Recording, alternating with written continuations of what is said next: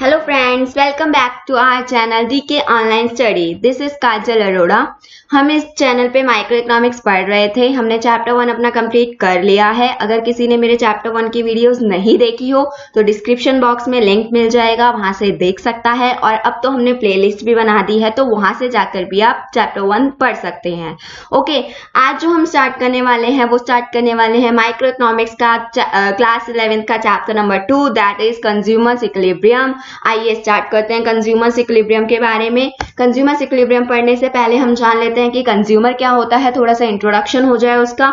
तो कंज्यूमर कौन होता है? जो गुड्स को क्या करता है, कंज्यूम करता है, हमारे कंजम्पशन पैटर्न को चलाता है। डिसीजन मेकर होता है जो कि कंजम्पशन पैटर्न को चलाता है, उसे बोला जाता है कंज्यूमर। कंज्यूमर वो बंदा होता है जो गुड्स एंड सर्विसेज को क्या करता है, खरीदता है अपने सेटिस्फेक्शन के अकॉर्डिंग, अपनी इच्छा के अकॉर्डिंग। जो उसे ज्यादा सेटिस्फेक्शन करती है उसकी कंजम्पशन वो क्या करता है, ज्यादा करता है, वही होता है हमारा कंज्यूमर। ओके, इस चैप्टर में हम लोग दो अप्रोचेस पढ़ने वाले हैं जो हमें कंज्यूमर्स बिहेवियर के बारे में बताएंगी और कंज्यूमर्स इक्विलिब्रियम के बारे में बताएंगी। तो पहली अप्रोच देखते हैं क्या है हमारी।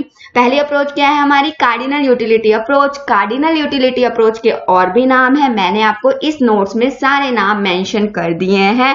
ओके, तो कार्डिनल यूटिलिटी अप्रोच का और नाम क्या है, मार्शल्स यूटिलिटी एनालिसिस और मार्जिनल यूटिलिटी एनालिसिस। क्या क्या नाम है उसके? और मार्शल्स यूटिलिटी एनालिसिस और marginal utility analysis cardinal utility approach को बोला जाता है।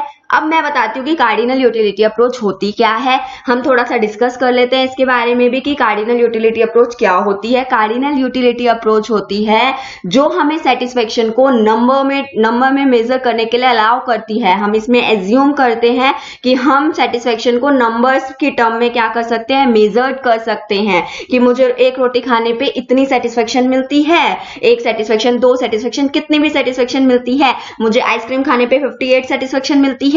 यानी कि जो नंबर्स की टर्म में मेजर किया जाता है वो कार्डिनल यूटिलिटी अप्रोच होता है। जैसे 1 2 3 4 की टर्म में जिसे मैं मेजर कर सकती हूँ वो मेरा कार्डिनल यूटिलिटी अप्रोच है।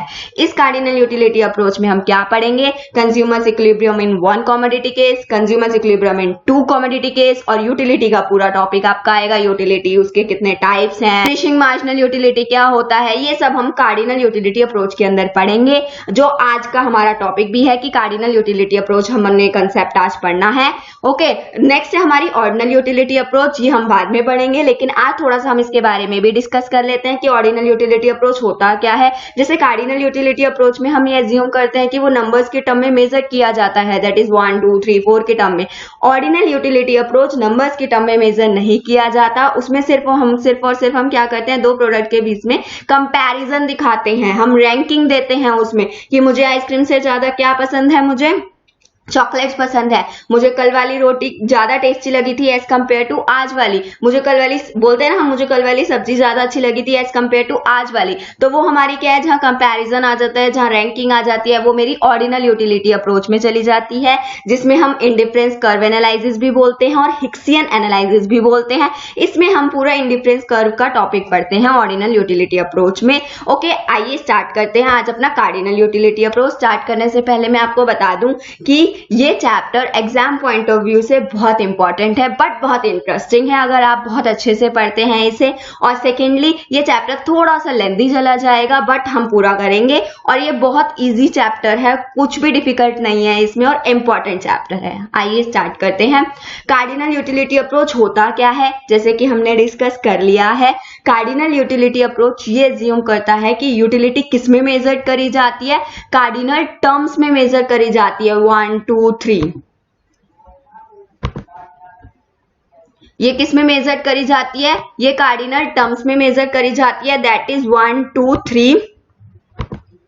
ओके, ये मेजरेबल होती है, ये वो रैंकिंग नहीं देती, कंपेयर नहीं करती, ये क्या करती है, मेजर करती है कार्डिनल टर्म्स में। कार्डिनल यूटिलिटी अप्रोच हमारी मेजरेबल होती है, ये मेजर करती है 1 2 3 एक्सेट्रा में। ठीक है, सेकंड पॉइंट क्या कहता है हमारा, people consume different goods and services in order to maximize the satisfaction level. Obvious है, जो भी लोग होते हैं वो अलग अलग गुड्स एंड सर्विसेज को कंज्यूम करते हैं, किसके लिए, अपनी सेटिस्फेक्शन लेवल को बढ़ाने के लिए। मेरे सेटिस्फेक्शन लेवल को बढ़ाने के लिए मैं क्या करूंगी, अलग अलग तरीके के गुड्स एंड सर्विसेज लेती हूँ। However, to do this it is necessary, इसके लिए जरूरी है कि मुझे पता चले कौन से गुड से मुझे पर्टिकुलर गुड से कितनी सेटिस्फेक्शन मिल रही है।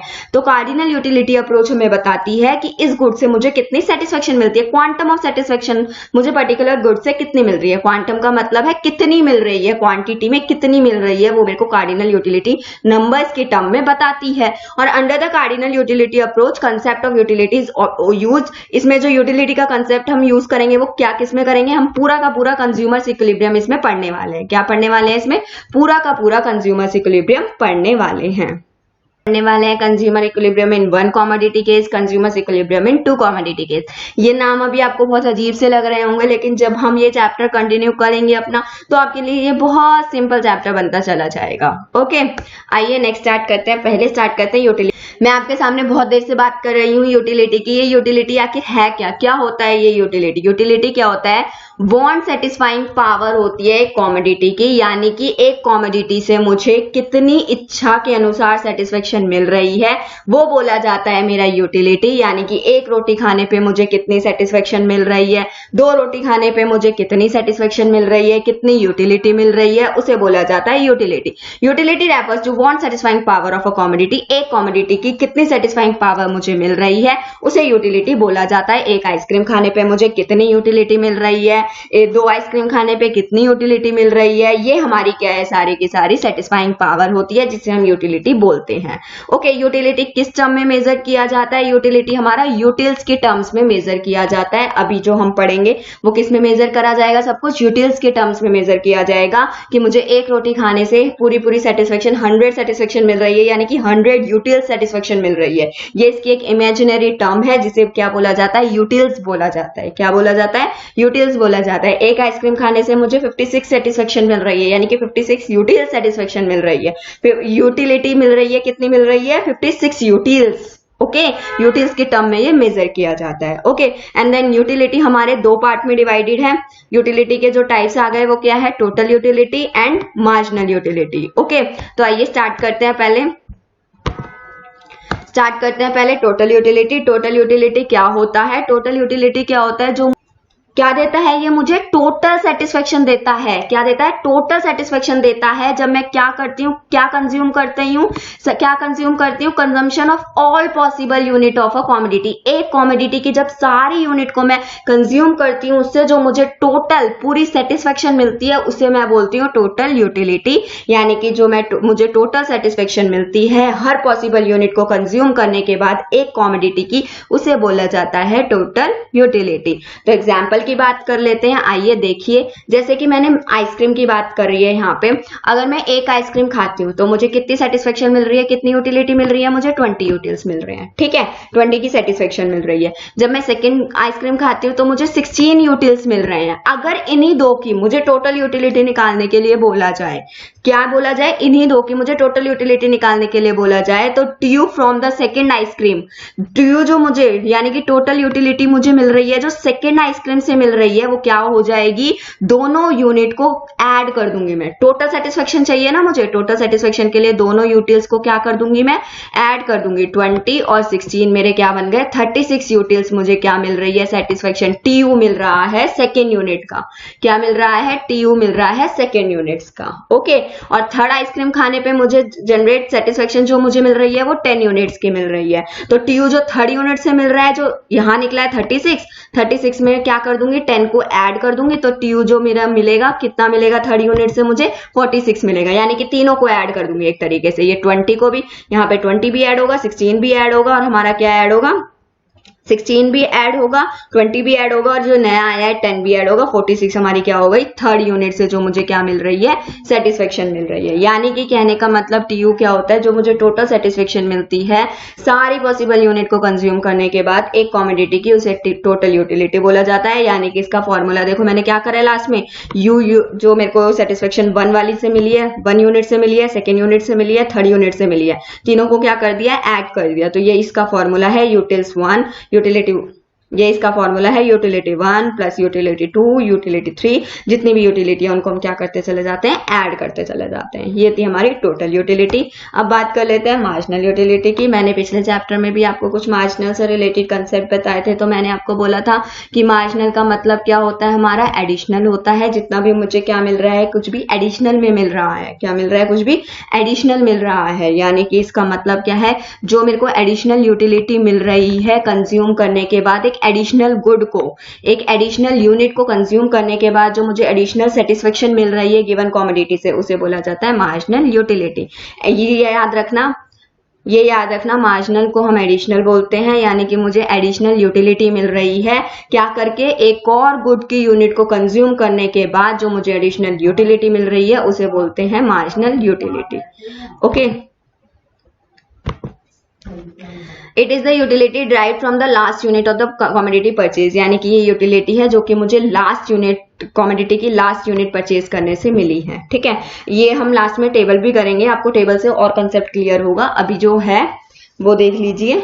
ठीक है, अभी ये डेफिनेशन वगैरह है इसकी, मैं टेबल और डायग्राम कराऊंगी तो आपको कंसेप्ट इससे और ज्यादा क्लियर हो जाएगा। अब देखिए इसका एग्जांपल देखिए, जैसे कि व्हेन थर्ड आइसक्रीम, जैसे कि मैंने पिछले एग्जांपल में ही मैंने बात करी थी।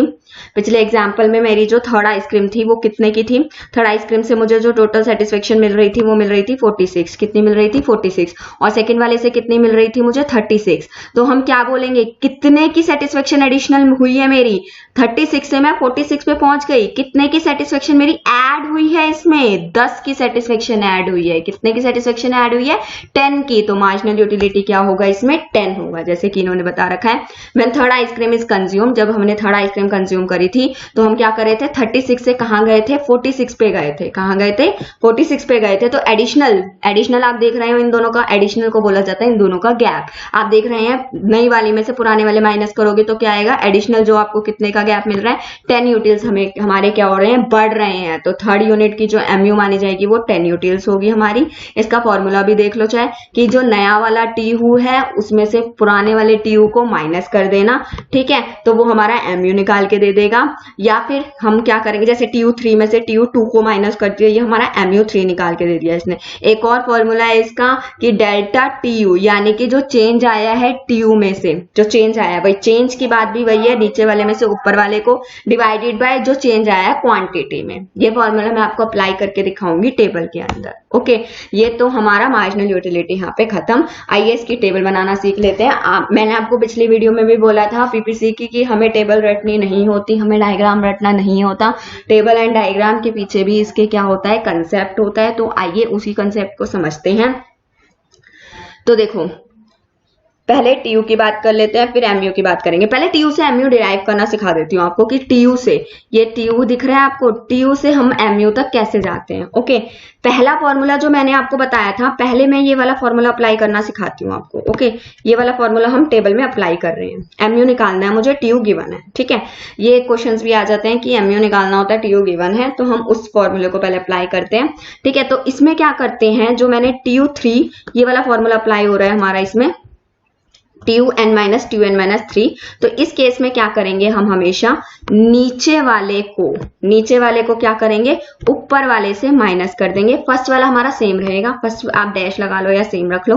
ठीक है, फिर नीचे 36 में से 20 को क्या किया जाएगा, माइनस कर दिया जाएगा, 16 आ जाएगा। फिर उसके बाद ऐसे ही नीचे, यानी कि TU3 में से TU2 को माइनस करेंगे, 46 में से 36 को माइनस करेंगे, 10 आ जाएगा। ऐसे ही फिर TU4 में से TU3 को माइनस करेंगे, तो क्या करेंगे, 50 में से 46 माइनस करेंगे, हमारा क्या चला जाएगा, 4 आ जाएगा, 4 आ जाएगा।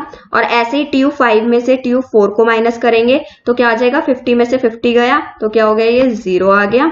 ऐसे ही 6th वाला है हमारा, TU6 में से TU5 माइनस करेंगे तो 44 में से 50 माइनस हो रहा है तो क्या हो गया, ये हमारा माइनस का 6 आ गया।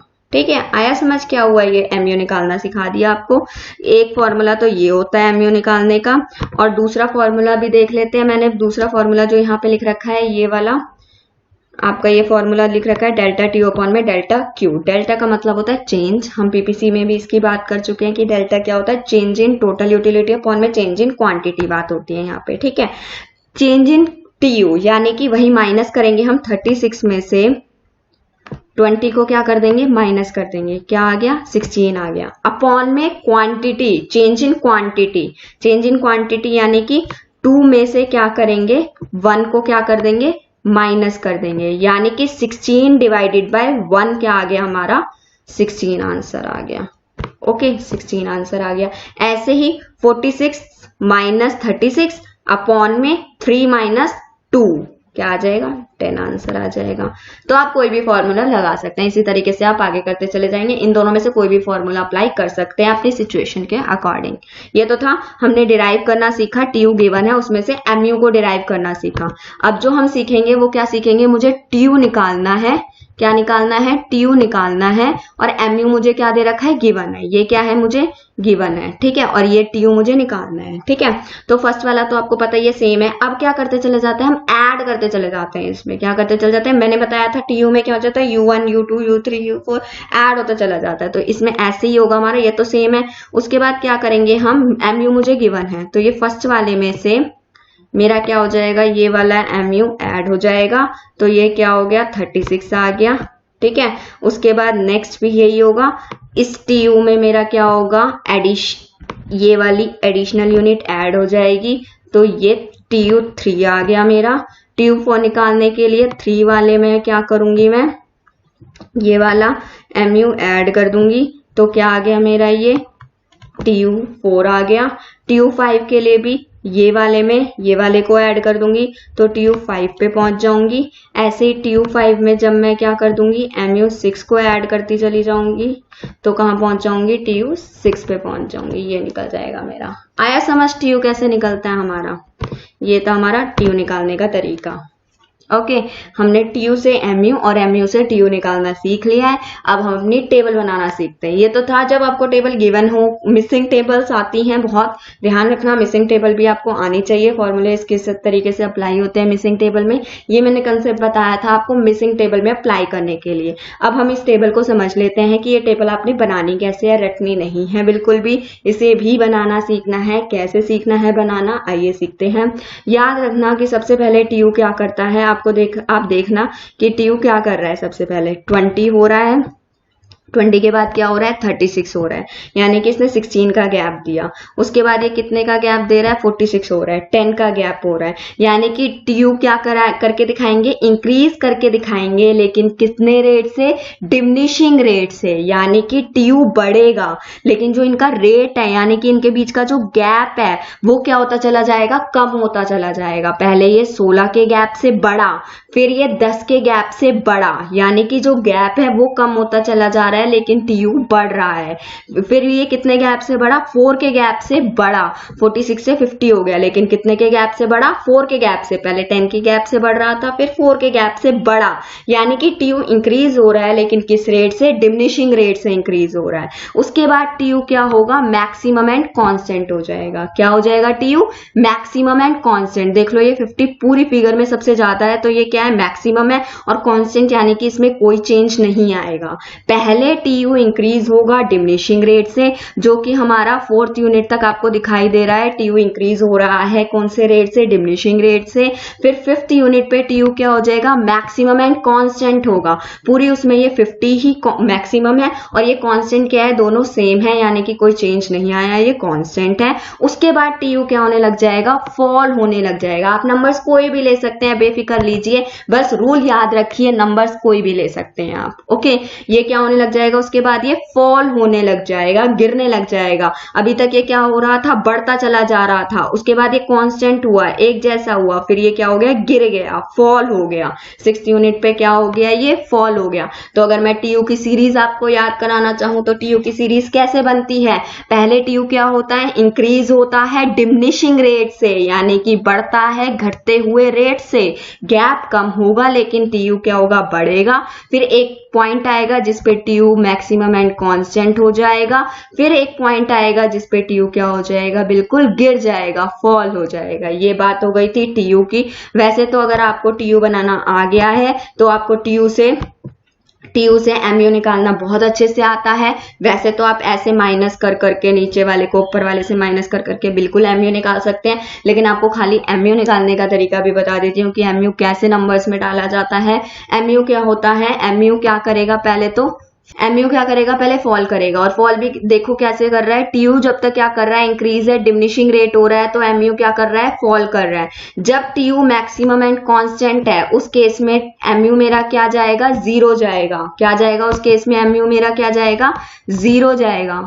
जब मेरा TU मैक्सिमम एंड कांस्टेंट है तो MU मेरा 0 जाएगा, और जब TU मेरा क्या होने लग गया, फॉल होने लग गया, उस केस में MU मेरा क्या चला जाएगा, नेगेटिव हो जाएगा। क्या हो जाएगा मेरा, नेगेटिव हो जाएगा। MU क्या हो जाएगा मेरा, नेगेटिव हो जाएगा। MU can be positive, can be 0 and can be negative. MU मेरा पॉजिटिव भी हो सकता है, 0 भी हो सकता है और नेगेटिव भी हो सकता है, लेकिन टोटल यूटिलिटी मेरी नेगेटिव में नहीं जाती। और एक बात और कि 0 पॉइंट पे अगर मैं 0 पॉइंट भी लेना चाहूं तो टोटल यूटिलिटी इस केस में मेरी क्या होती है, 0 ही रहती है। ओके, और जो 1 पॉइंट पे मेरी टोटल यूटिलिटी होती है उसे हम बोलते हैं इनिशियल यूटिलिटी। ठीक है, क्या बोला जाता है, उसे बोला जाता है इनिशियल यूटिलिटी के नाम से जाना जाता है। और टोटल यूटिलिटी 0 पॉइंट पे 0 लेवल ऑफ कंजम्पशन ही करती है। ओके, ये थी हमारी टेबल की बात। आइए टेबल से रिलेशनशिप भी मैं आपको समझा देती हूँ। टेबल आपको लोगों को समझ आ गया होगा, डायग्राम पे भी आ रहे हैं हमें भी। पहले रिलेशनशिप देख लेते हैं, उसके बाद डायग्राम तो आपको वैसे ही बनाना आ जाएगा। टेबल आ गई तो डायग्राम में कुछ भी नहीं है। आइए बात करते हैं रिलेशनशिप की। पहले बताओ TU की सीरीज याद कर लेते हैं। TU और MU की क्या सीरीज है, मैं आपको पहले बता देती हूँ। TU क्या होता है, TU क्या होता है, पहले जब इंक्रीज होता है डिमिनिशिंग रेट से तो मेरा MU क्या कर रहा है, फॉल कर रहा है। जब TU मेरा मैक्सिमम एंड कांस्टेंट जब मेरा TU मैक्सिमम एंड कांस्टेंट है तो MU मेरा क्या जा रहा है, 0 जा रहा है। जब मेरा TU फॉल कर रहा है तो मेरा MU क्या जा रहा है, नेगेटिव जा रहा है। कुछ नहीं करना है, इसी को रिलेशनशिप में डालना है सिर्फ। क्या देख लो जरा, जब TU increase with an increase in consumption of an commodity, जब मेरा TU इंक्रीज होता चला जा रहा है कंजम्पशन, जैसे जैसे कंजम्पशन बढ़ाती चली जा रही हूँ, ये क्या हो रही है, कंजम्पशन क्या हो रही है, आप देख रहे हो 1 से 2, 2 से 3, 3 से 4, जैसे जैसे कंजम्पशन बढ़ती चली जा रही है वैसे वैसे क्या होता चला जा रहा है, मेरा TU भी इंक्रीज हो रहा है। हाँ बिल्कुल भाई, हाँ बिल्कुल इंक्रीज हो रहा है। 20 से 36 हो रहा है, 36 से 46 हो रहा है, बिल्कुल इंक्रीज हो रहा है। उसके बाद उस केस में MU क्या जा रहा है, मेरा पॉजिटिव जा रहा है। अगर कभी पूछा जाए MU कब पॉजिटिव जाएगा, MU जब पॉजिटिव जाएगा जब TU इंक्रीज होगा, लेकिन इंक्रीज कौन से रेट से हो रहा है, डिमिनिश रेट से हो रहा है। जब मेरा TU लेवल ऑफ कंजम्पशन के बढ़ने की वजह से TU मेरा बढ़ रहा है तो MU मेरा क्या हो रहा है, उस केस में पॉजिटिव हो रहा है। क्या हो रहा है, पॉजिटिव हो रहा है, जो कि 4th आइसक्रीम खाते हैं आपको, ये कहां तक हो रहा है, बिल्कुल पॉजिटिव कहां तक हो रहा है, 4th आइसक्रीम तक हो रहा है आपका। TU increase at diminishing rate हो रहा है, MU फॉल हो रहा है, लेकिन पॉजिटिव है 4th आइसक्रीम तक। ठीक है, बिल्कुल सही है। ठीक है, इन दिस फेस, इस फेस में इसने क्या बात करी है, जो बात मैं आपको पहले भी बता चुकी हूँ। क्या करेगा, TU इंक्रीज करेगा, बढ़ेगा, बिल्कुल बढ़ेगा, बट अ डिमिनिशिंग रेट। बस किस रेट से बढ़ेगा, डिमिनिशिंग रेट, यानी कि गिरते हुए रेट से बढ़ेगा। कौन से रेट से बढ़ा है ये, गिरते हुए रेट से, यानी कि पहले 16 का गैप लिया, फिर 10 का गैप लिया, यानी कि गैप कम होता चला जा रहा है लेकिन TU बढ़ता जा रहा है। 10 के गैप से, फिर 4 के गैप से। ठीक है, गैप क्या होता चला जा रहा है, कम होता चला जा रहा है, गिरते गैप से बढ़ रहा है TU। उस केस में MU क्या होगा, MU from each successive unit tend to diminish. उस केस में हर यूनिट में डिमिनिश हो रही है। उस केस में MU हर सक्सेसिव यूनिट, जैसे जैसे यूनिट बढ़ती चली जा रही हो, MU क्या होता चला जा रहा है, डिमिनिश, यानी कि फॉल होता जा रहा है। MU भी मेरा क्या होता चला जा रहा है, डिमिनिश होता चला जा रहा है, गिरता चला जा रहा है। बिल्कुल सही, ये तो हमारा फर्स्ट पॉइंट हो गया। नेक्स्ट पॉइंट पे बात कर लेते हैं। जब मेरा इसके बाद ही 5th पॉइंट आया था, 4th तक की बात यहाँ पे हो चुकी है। अब बात करते हैं 5th की। 5th पे क्या हुआ मेरा, जब TU मैक्सिमम एंड कांस्टेंट है उस केस में MU मेरा 0 चला गया। यही कहानी इसने इसमें लिख रखी है। व्हेन TU रीचेज इस मैक्सिमम, जब TU अपने मैक्सिमम पॉइंट पे पहुंचा तो MU क्या हो गया, 0 हो गया, जो कि 5th आइसक्रीम वो कंज्यूम कर रहा है। इसे बोलते हैं, हाँ इसे एक बात और याद रखना, इसे क्या बोला जाता है, पॉइंट ऑफ सैटिटी बोला जाता है, या बोल लो पॉइंट ऑफ सेचुरेशन बोला जाता है। क्या बोला जाता है, पॉइंट ऑफ सैटिटी या फिर पॉइंट ऑफ सेचुरेशन बोला जाता है। जहां पे मेरा MU 0 होता है और TU मैक्सिमम एंड कांस्टेंट होता है, इसे पॉइंट ऑफ सैटिटी या पॉइंट ऑफ सेचुरेशन बोला जाता है, क्योंकि TU यहाँ पे राइज होना बंद कर देता है, stop rising at this stage, क्योंकि टीयू यहाँ पे क्या कर देता है, राइज होना बंद कर देता है। पहले मैक्सिमम एंड कांस्टेंट होगा, फिर क्या होने लग जाता है, फॉल होने लग जाता है, राइज होना बढ़ना बंद कर देता है इस केस में वो। ठीक है, अगला पॉइंट देखते हैं, when consumption is increase, consumption बढ़ती जा रही है beyond the point of satisfaction. अब बाद की बात हो रही है, तो यानी कि 6th पॉइंट की बात हो रही है। 6th पॉइंट पे क्या हो रहा है, ये मेरा फॉल हो रहा है और एमयू क्या जा रहा है, मेरा नेगेटिव जा रहा है। देख लीजिए सैटिस्फैक्शन के बाद, अगर आपसे पूछा जाए कि सैटिस्फैक्शन के बाद होता क्या है, यानी कि सैचुरेशन पॉइंट के बाद क्या होता है, तो आप बताएंगे सैचुरेशन पॉइंट के बाद टीयू क्या हो जाता है मेरा, TU start falling as long as MU become negative. TU fall हो जाता है और एमयू क्या हो जाता है मेरा, नेगेटिव हो जाता है। ठीक है, अब बात कर लेते हैं अपने रिलेशनशिप। होपफुली आपको समझ आ गया होगा, टेबल बनाना भी समझ आ गया होगा, टीयू होता क्या है, एमयू होता क्या है, ये भी समझ आ गया होगा। एग्जाम पॉइंट ऑफ व्यू से रिलेशनशिप थोड़ा सा इंपॉर्टेंट टॉपिक है। ओके, आइए अब डायग्राम बनाना भी सिखा देते हैं आपको। अगर रिलेशनशिप का क्वेश्चन आता है आपको, तो आप टीयू की डेफिनेशन, एमयू की डेफिनेशन बता सकते हैं। उसके बाद ये जो 3 पॉइंट हमने करे हैं, ये 3 पॉइंट बताएंगे, टेबल एंड डायग्राम आएगी उसमें। और जिस क्वेश्चन को आप डायग्रामेटिकल प्रेजेंट कर सकते हैं उसको जरूर करिए, वो इम्पैक्ट अच्छा देता है। ओके, तो आइए स्टार्ट करते हैं रिलेशनशिप में डायग्राम का। तो डायग्राम में आपके सबसे पहले एक्स एक्सिस और वाई एक्सिस पे क्या आता है वही बताती हूँ मैं आपको। पहले एक्स एक्सिस और वाई एक्सिस, इसमें ऊपर टीयू बनेगा और एमयू नीचे बनेगा। याद रखना ये स्केल सेम सेम ले लो तो बहुत ही बढ़िया, एक के नीचे एक लेंगे, बिल्कुल क्या लेंगे, एक के नीचे एक, 1 के नीचे एमयू का 1 आएगा, 2 के नीचे एमयू का 2 आएगा, बिल्कुल वैसे। ये जो ऊपर बनी हुई है ये मेरी टीयू की बनी हुई है, ये जो नीचे बनी हुई है ये मेरी एमयू की बनी हुई है। ये दोनों इंटरलिंक्ड हैं, इसलिए इसको ऊपर नीचे ध्यान से बनाना। ये एक्स एक्सिस है, ये वाई एक्सिस है। नीचे की तरफ क्या आएगी, यूनिट्स आएगी। क्या आएगी, यूनिट्स आएगी। कितनी यूनिट्स हमारी, 6 यूनिट्स है, 1 2 3 4 5 6। ठीक है, इन 6 यूनिट्स को हम एक्स एक्सिस पे लिख देंगे, 1 2 3 4 5 6। इसी के नीचे एमयू वाली पे भी लिख देंगे इसे। ओके, देन हम अपने टीयू और एमयू को देखते हैं। टीयू को देखिए, ऊपर बनेगा टीयू, यहाँ पे लिखना वाई एक्सिस पे क्या लिखेंगे, टीयू लिखेंगे बिल्कुल, और इसके वाई एक्सिस पे क्या लिखेंगे, एमयू लिखेंगे बिल्कुल।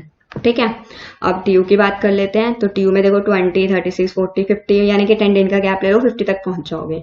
तो हमने वो अपना मेजरमेंट खुद देख लेना, नंबर्स भी आप खुद ले सकते हो, बस सीरीज याद रखना किस तरीके से लेनी है। ओके, तो अब जब हम टेबल स्टार्ट करेंगे तो ये हमने 10 20 30 40 50 यहाँ पे बना लिया। ओके, तो टीयू हो गया हमारा, एमयू हो गया। ओके, और एमयू पे देख लो क्या हो गया हमारा, 20 16 10, अगर देख लो 4 की टेबल चल जाएगी यहाँ पे। नंबर्स आप खुद ले सकते हैं, बस सीरीज का ध्यान रखना है, उसी सीक्वेंस में लेने हैं नंबर। ठीक है, तो एमयू हमारा यहाँ पर हो गया। 4 8 12 मैंने 4 4 के गैप पे ले लिया। ओके, स्टार्ट करते हैं। 1 पे मेरा पहले टीयू बना लेते हैं। 1 पे क्या है, 20 है, तो ये रहा हमारा 1 पे क्या दिखा देंगे, हमने 20 दिखा दिया। ये रहा 1 पे हमारा क्या दिख गया, 20 दिख गया। ये 0 पे क्या होता है, 0 होता है, इसलिए मैंने इसे यहाँ से स्टार्ट करा है। आप लोगों ने भी इसे कहाँ से स्टार्ट करना है, 0 से स्टार्ट करना है। 0 पे ये क्या होता है, बिल्कुल 0 होता है।